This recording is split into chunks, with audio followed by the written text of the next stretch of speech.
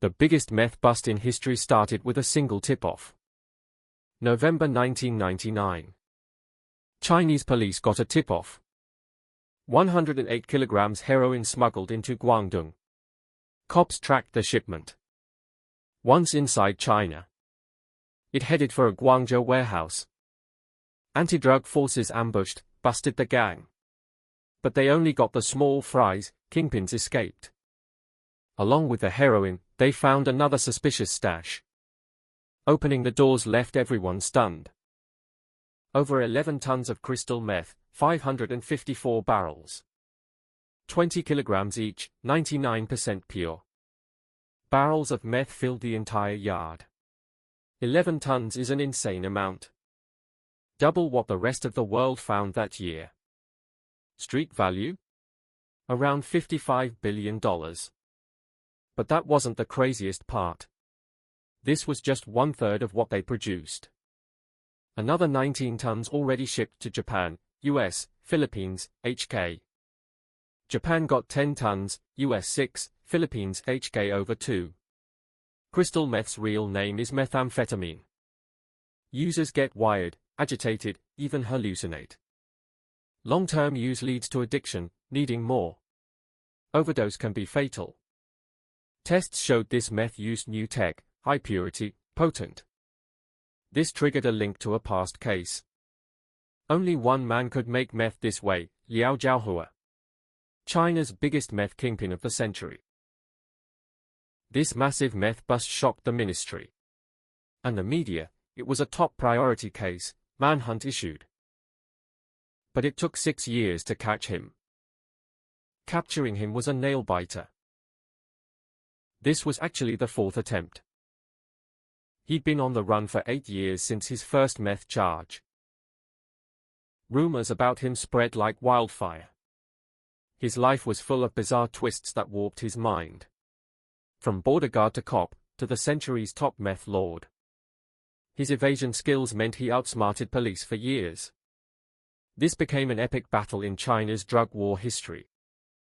After arrest, he was arrogant, defiant, trying to justify himself.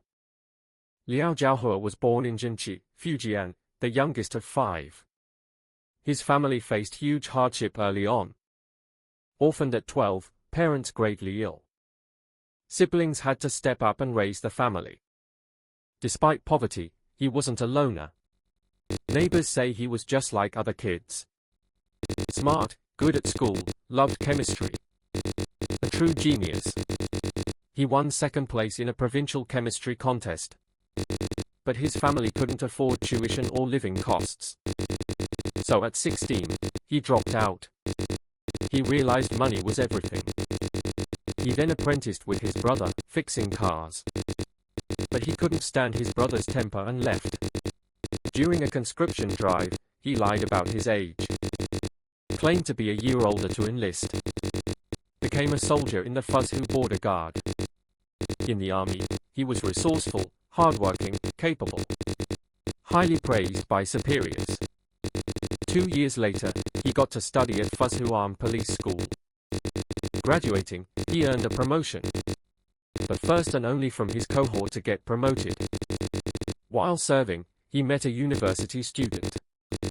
They planned to marry in 2 years. His career and love life seemed smooth sailing. Had he continued, his future was bright. But Liao Zhaohua found the career path dull. Only material wealth satisfied him.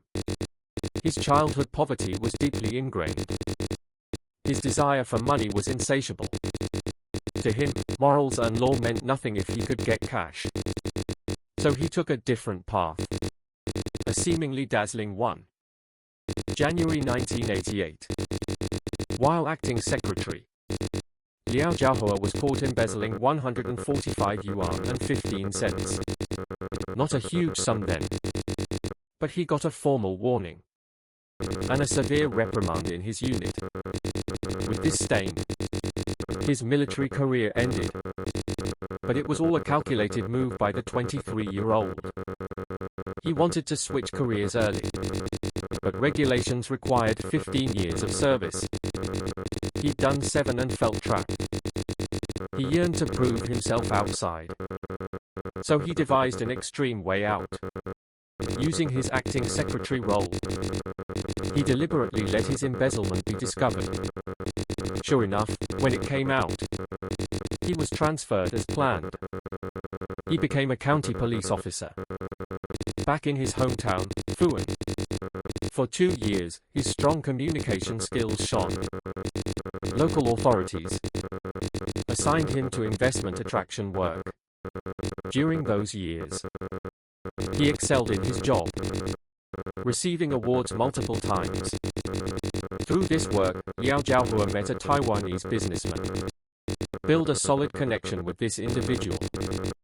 This businessman quickly realized Liao Zhaohua wasn't one for mediocrity. He had drive and brains. So, he decided to partner up with this protege to get rich. One day, the businessman secretly gave Zhaohua a steel box. Inside, 100 grams of ephedrine, a key meth ingredient. He explained meth's dangers and the massive business opportunity. Then, he told Zhaohua to buy a book on how to make it. Zhaohua was tasked to turn that 100 grams of ephedrine into crystal meth. At Xinhua bookstore, Liao Zhaohua found the right book.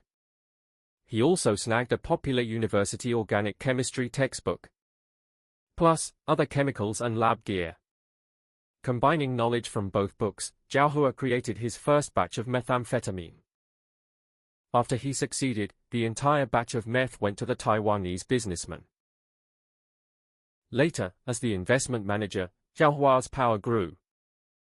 Many businessmen flocked to him to gain more favorable policies. Some Taiwanese businessmen approached him, suggesting a smuggling partnership.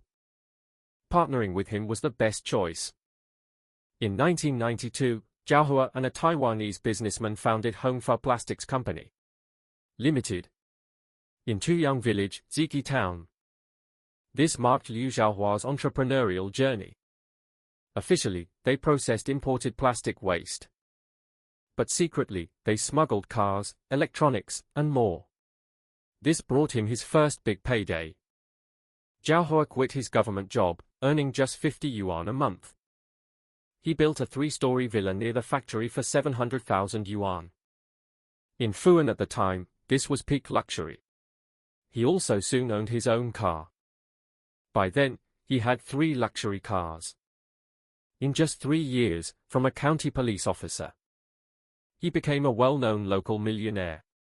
During this time, he married his university girlfriend and they had a child.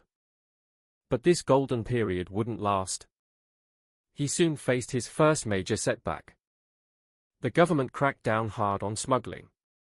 Import controls tightened. His plastic factory suffered huge losses, revenue plummeted. Their partnership ended there. Zhaohua was determined to save his business, desperate for ways to get rich.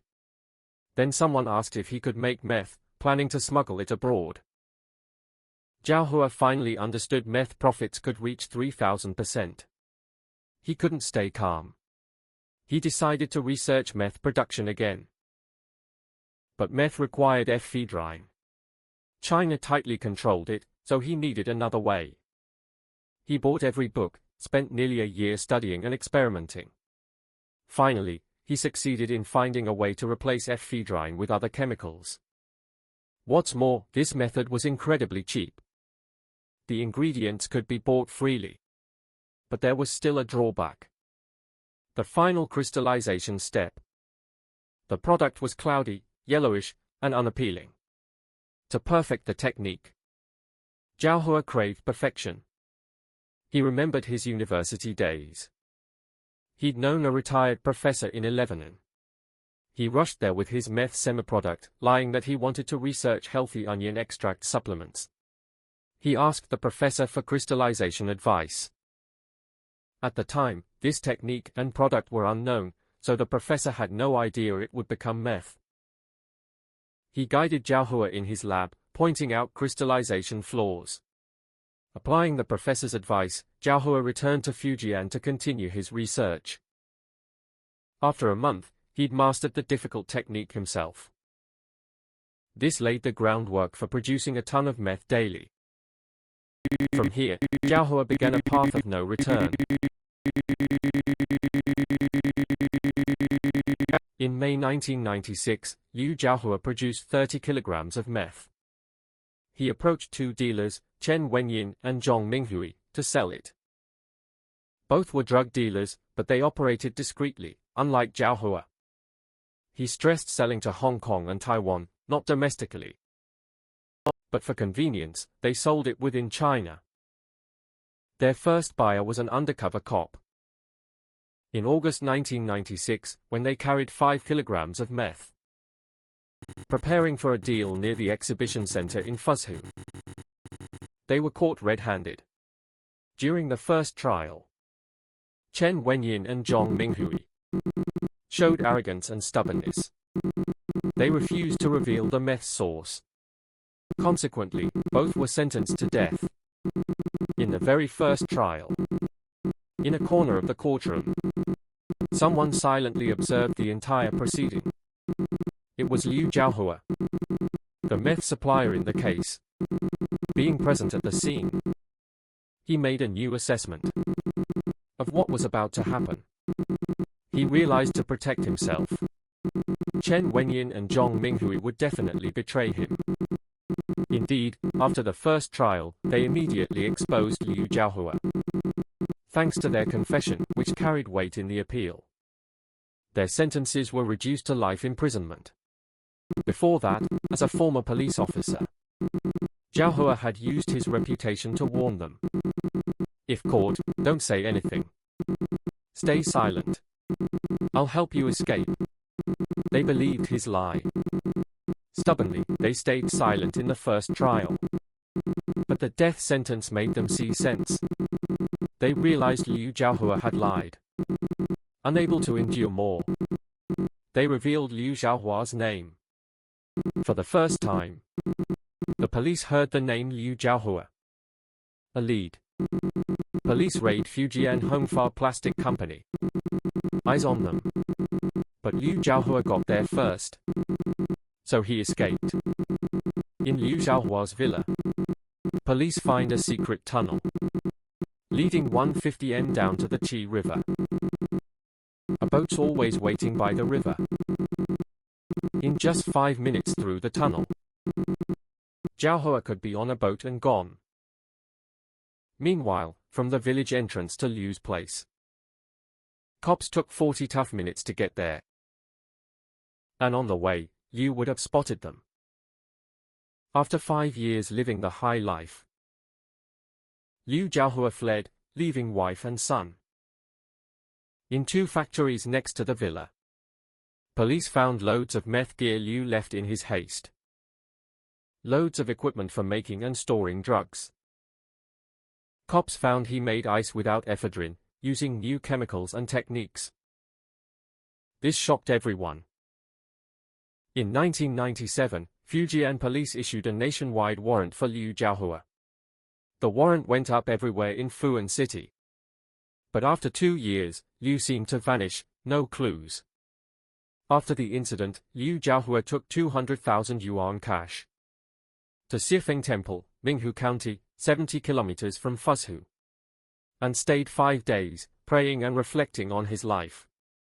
He decided to change, not for his crimes, but wondering why he'd been caught. After analyzing, he blamed the distribution. Why did he trust those unreliable guys, Chen Wenyin and Zhong Minghui? He thought his downfall was the unreliable network, leading to his expose. He fled Xifeng Temple. Seeing the serious situation outside, Liao Zhaohua went to Sonya, Hainan, hiding for a year. There, he met a girl, they moved in fast, she got pregnant. While there, Liao Zhaohua was jobless and spent all his 200,000 yuan. Tough times made him decide to restart. He told the girl to go back to Hune to give birth, while he went to Puning, Guangdong. This time, he felt the police heat had died down. Time to find business partners. Soon, Zhaohua heard the local drug king was Chen Bingshi. He controlled almost all Southeast Asian drug trade. The fixed supplier was Tan Xiaolin, a notorious Myanmar drug boss. Breaking into this circle was hard for Liao Zhaohua, a newbie then. But Chen Bingshi was having global supply issues, tightly controlling FP sales and use. Liao Zhaohua said he had a unique synthesis tech without ephedrine. After thoroughly checking Liao Zhaohua, Chen Bingshi decided he could use him. He invested 3.7 million yuan for a location. Liao Zhaohua provided the tech, profit split 50/50. In months, they produced 1 ton of ice. But this was too little for Liao Zhaohua's ambition. A year ago, he was a small-timer making 30 kilograms. His final goal was a huge factory, producing 10 tons daily, to be the world's biggest drug lord. Soon, Chen Bingshi and his crew sold the ton of ice abroad. Liao Zhaohua got his first massive illegal earnings. With money, he bought materials and expanded production. Once, Zhaohua read a US chemistry magazine featuring heroin number 7, the top drug then. Curious, he went to the university library to study. He quickly cracked the secret and synthesized it. After testing, the product met US standards. In just over 2 years, Liao Zhaohua produced over 30 tons of this new drug. After Chen Bingshi successfully sold it, Liao Zhaohua received approximate 26 million yuan cash, plus 2 Hong Kong bank accounts with hundreds of millions. Passwords and account names were a chemical formula only they understood. Besides money, Liao Zhaohua was proud of his tech and gear. He bragged he wouldn't sell it for $300 billion. However, an accident happened during production. Careless handling spilled chemicals, killing all fish in nearby ponds. Angered fishermen immediately reported it to local authorities. To avoid police attention, Liao Zhaohua and Chen Bingshi left. China launched a strategy to develop the Northwest. Liao Zhaohua, using Bei Tian Company's name in Guangdong, opened a new factory in Yinchuan, Ningxia. He started producing 31 tons of ice there, via plane, car, and other transport. This ice was sent in batches to the Punying, Guangdong warehouse for Chen Bingshi to sell.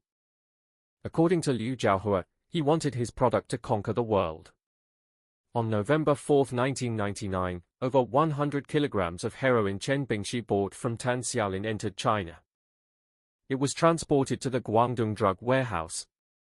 But this shipment was already being watched by police. Anti-drug forces ambushed, arresting all the drugs and Chen Bingshi's crew. Simultaneously, police found another suspicious warehouse. Upon breaking in, everyone was shocked by hundreds of ice barrels filling the yard. This was from the Ningxia factory. Realizing the ringleader was Liao Zhaohua, police found his office address, room 818, Presidential Hotel, Guangdong. They immediately sent plainclothes officers to check. Earlier, Chen Bingshi heard about the warehouse bust. He called Liao Zhaohua out and lied, saying the shipment had a transport issue. He didn't want Liao Zhaohua knowing heroin was involved with him. Chen Bingshi proposed they flee the country together. With their skills, they could succeed anywhere. But Liao Zhaohua refused to flee abroad. The pair split up, going their separate ways. To get more cash for his escape, Liao Zhaohua decided to head back to the presidential hotel for the money. But the moment he stepped into the lift, he saw everyone else pressing for the 8th floor. With his sharp detective instincts, Liao Zhaohua realized they were all plainclothes cops heading up to collar him. So, he calmly hit the 7th floor button and used the emergency exit to slip away. That same day, to stop Liao Zhaohua getting away, the police mobilized, blocking all major city routes in and out, checking every suspicious car leaving Guangzhou. The city was basically on lockdown. Liao Zhaohua guessed public transport or cars were a no-go. He bought a bike near the presidential hotel and casually cycled around the city, breezing through multiple checkpoints. After almost 3 hours, he finally cycled out of the city. then hired a car to head for Shantou, then on to Xiamen, and finally back to his third wife's place, Li Xiaojing in Wui Mountain. Later, Liao Zhaohua found out why his warehouse was busted. It wasn't his drugs that were compromised. During transit, it was a deal between Chen Pingxi and Tan Xiaolin that got him caught, which really ****ed him off. Guangdong and Fujian police tried everything for months to catch Liao Zhaohua, but with no luck. Meanwhile, rumors about Liao Zhaohua were flying. Some said he'd fled abroad, others that he'd had plastic surgery. Liao Zhaohua and his wife took over 5 million yuan to Qingdao to start fresh and lie low. The lottery business was just kicking off in China. He decided to invest in it. Liao Zhaohua rented 10 lottery machines, but also bought a few tickets himself to try his luck. Just months later, he hit the jackpot, winning over 1 million yuan. Liao Zhaohua was shocked. He felt this lottery win meant his luck was changing. It was time to rebuild his empire. The government was pushing the open up and develop the Northwest strategy. So Liao Zhaohua headed northwest, specifically to Guilin, Guangxi. He thought Guilin was his lucky star, a place he could get rich and famous. He opened a 3-story villa and a karaoke bar, then a company and hotel. In 2000, under the name Li Shenqing, Liao Zhaohua settled in Quanzhou County, Guangxi. He posed as a wealthy businessman, eager to invest in the Northwest and Guilin. He quickly befriended some Guilin city leaders as an investor. He even set up a company called Shinshan and signed a 300 million yuan deal with the Guilin County government to lease about 30,000 mu of poplar forest. In 2003, the Guilin newspaper reported a story about a brave middle-aged man who fought off burglars and caught 3 of them. This man was Liao Zhaohua, under his alias Li Shinshan. Claiming to be 36, a former soldier who'd trained in martial arts for years, he easily subdued the 3 thieves. He became a local celebrity. It seemed Liao Zhaohua had turned over a new leaf, living a normal life. But this meth kingpin had never given up his criminal ambition of producing meth. Though he wasn't addicted, his obsession with making and selling drugs, and the thrill of massive profits, led him back to his old ways. In late 2003, in rural Guilin, Liao Zhaohua discovered a huge natural cave. He lied to local leaders, saying he wanted to build a lab to research and produce health supplements in the cave. But it was actually a meticulously prepared meth production base. Over the next year, Liao Zhaohua secretly moved in drug manufacturing equipment, ready to restart. Just then, his partner Chen Pingxi, who'd fled abroad earlier, was arrested in Vietnam. His subsequent testimony fully exposed Liao Zhaohua's criminal activities. On November 24, 2004, the Ministry of Public Security held a press conference and issued an A-level wanted notice, offering a 200,000 yuan reward for Liao Zhaohua. The notice was then broadcast on major media outlets. Suddenly, he became the nation's top fugitive. Just as the wanted notice aired, Liao Zhaohua was in Guilin with some business friends. When they saw Liao Zhaohua's picture, they exclaimed, "Look, the guy on TV looks just like you." Liao Zhaohua chuckled and casually said, Yeah, he does look a bit like me." He appeared very calm. The others just laughed it off, with no suspicion at all. But inside, Liao Zhaohua was in absolute panic. He realized he had to flee immediately. He was too well known, too many people knew him. He didn't even dare go home. He sped off in his car, just as Liao Zhaohua predicted. Right after the wanted notice aired, Guilin police received an anonymous tip. They quickly launched an arrest plan. But when they arrived at Liao Zhaohua's villa, he was already gone. Liao Zhaohua parked his car at a pier to trick the police, making them think he'd escaped by train. But he actually stayed in Guilin. hiding in an abandoned radar cave on Mount Yangshan. Liao Zhaohua and an accomplice stayed hidden in the cave for half a month, surviving on sausages and instant noodles. When police searched the cave, he'd once again made a swift escape.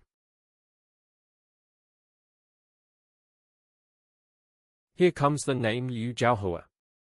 In the cave.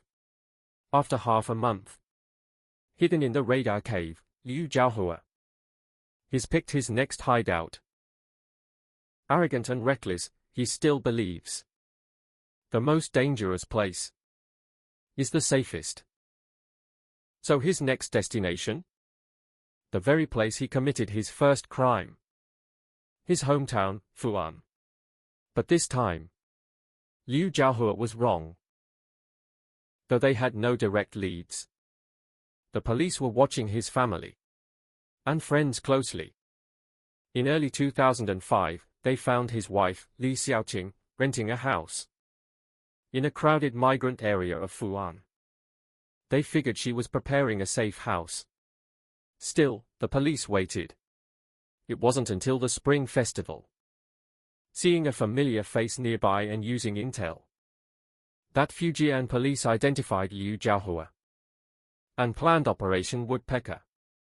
At 0:30 on March 5, 2005, the Anti-Drug Unit, Criminal Investigation, and Armed Police launched a joint operation at 4:10. They caught Liao Zhaohua fast asleep. After 8 years on the run, using fake IDs, lying and taunting the police,